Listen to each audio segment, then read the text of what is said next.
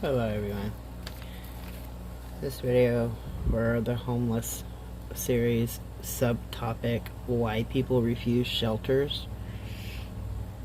We're going to discuss a little bit about the reasons behind their choice to just stay on the streets. We sometimes hear from people who believe that homeless people don't want shelter, or you can build all the shelters you want but homeless people won't use them.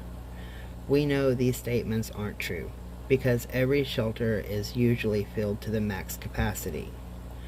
With that said, there is a small percentage of people without homes who don't want shelter in any form. There are some understandable reasons that people don't go to shelters. 1. There is limited supply of beds. In cities with an inadequate number of shelter beds, people facing homelessness might decide not to wait in line for a bed out of fear that they won't get a bed at all. It's not because they don't want shelter, and certainly not because they are lazy. It's because there are risks to waiting in line for a shelter bed that outweigh the potential benefits of finding that bed.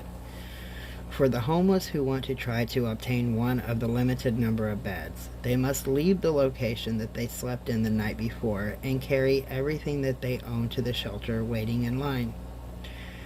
If the shelter fills and they are still in line, those who haven't been granted a bed need to search the streets for a new place to sleep that night. Even for the homeless who are lucky enough to get a bed for the night, a bed doesn't end their worries.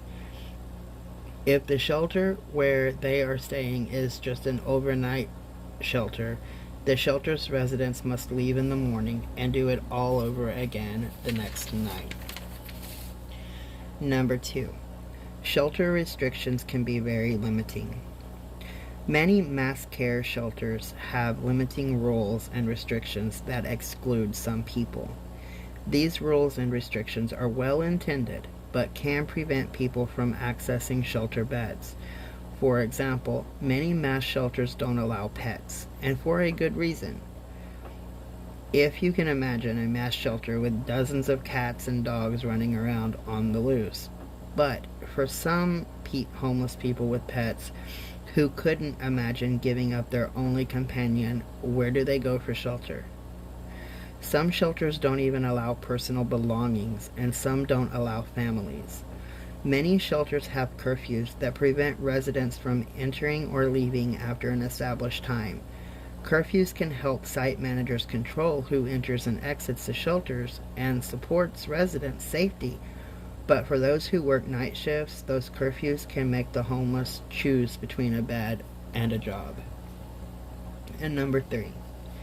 They don't want to abandon their only safety net. Every homeless encampment or gathering on the street is a community of its own, with residents that look after each other. For the homeless without family or a traditional support network, their fellow friends on the street act as their family, and in some cases are their only safety net they have in times of trouble.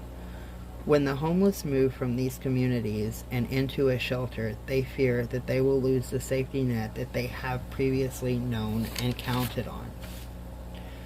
Number 4. They want to avoid conflict and abuse. Every person without shelter wants to avoid abuse of any kind. The homeless who move into traditional mass shelters don't know who will be sleeping on the cots near them, or if they will get along with those people. This concern is especially high for homeless women and children, and even higher for women who have been a victim of SA. Conflict can arise anytime there is a gathering of any number of people, and the more people in the enclosed space, the higher the chances of conflict. For all these reasons, sleeping in a mass shelter can be perceived as more unnerving than sleeping alone in a hidden area of a park. Number 5. Public health concerns. Like most people, the homeless are concerned about the spread of diseases, and people experiencing homelessness are especially vulnerable, and mass shelters could be a place where viruses and bacteria are quickly spread from one person to the next. The homeless community therefore pass on the opportunity to sleep in a bed in order to remain somewhat healthier. While these reasons for avoiding traditional shelters are understandable, some will always argue that there is a population of people experiencing homelessness in America who will never accept any form of shelter. Even if there is a small percentage of people experience homelessness who don't want any form, the fact is that there's another percentage of people who desperately need and want the shelter.